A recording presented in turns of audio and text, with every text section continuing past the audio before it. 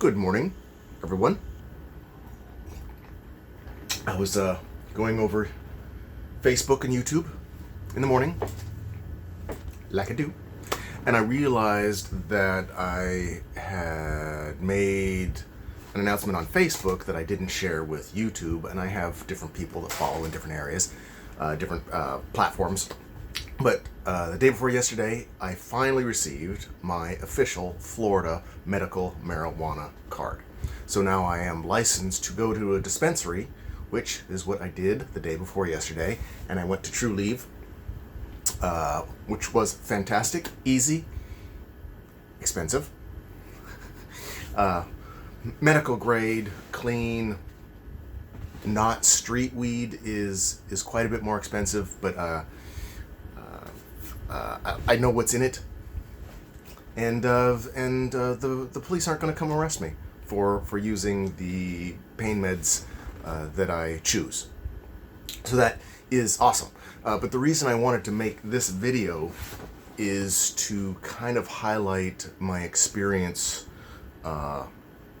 this last time versus last year when I tried to get my medical marijuana card. I have a herniated disc, and I had some Cipro poisoning, so I had some pretty extreme side effects from Cipro, flaxoxin, fluoroquinolone. Don't take those. But I have some medical issues that warrant pain meds and anti-inflammatories. Advil was killing me. They wanted to give me opiates like Tic Tacs. I like to poop, so opiates are not my thing. They also make me itch. So for me, cannabis was the answer. So last year, a little over a year ago, I went to a doctor, and it was just becoming a thing. And so I had a stack of medical records that I took in with me, and she went over everything. I was there probably 4 hours altogether, going through interviews and backgrounds, and it was just a huge ordeal.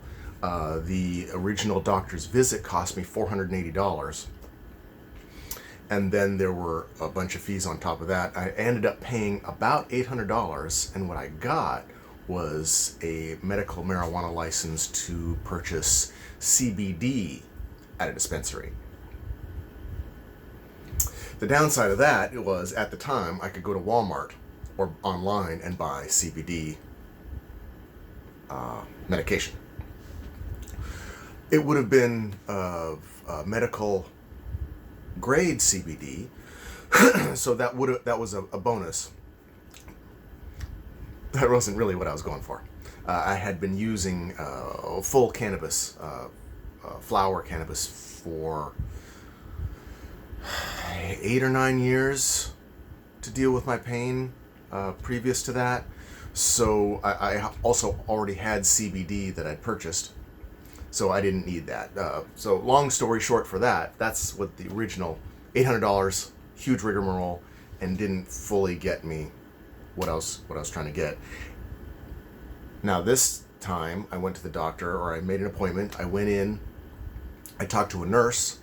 I apparently you have to have 2 visits, I guess is how it works now.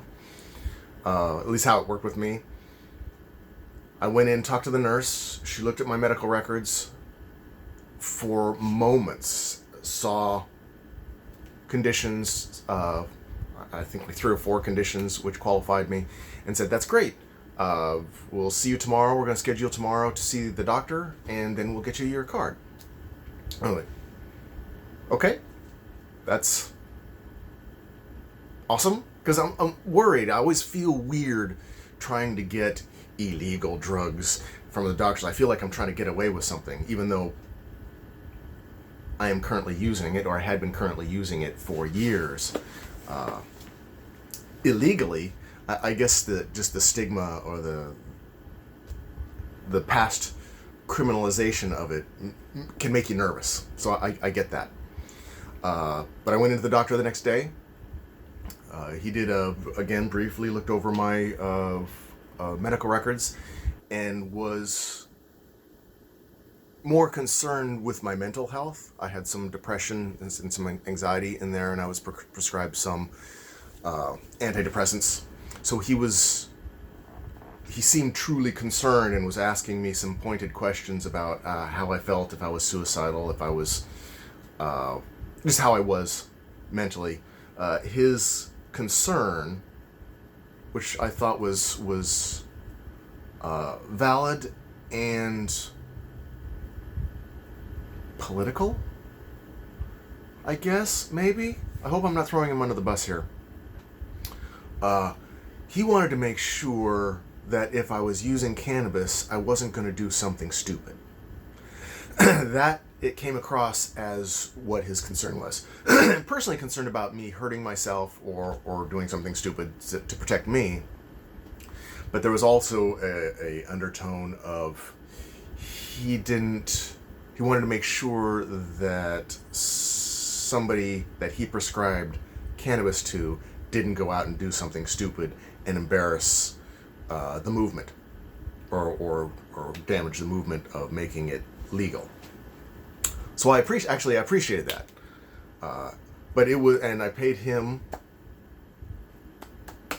I already had my license, so it was just extending it, or including THC. It cost me, I think, $100-ish altogether, somewhere around $100, plus the $75 fee to get the state approval, and then it took 12 days to go through the approval of getting the payment and all the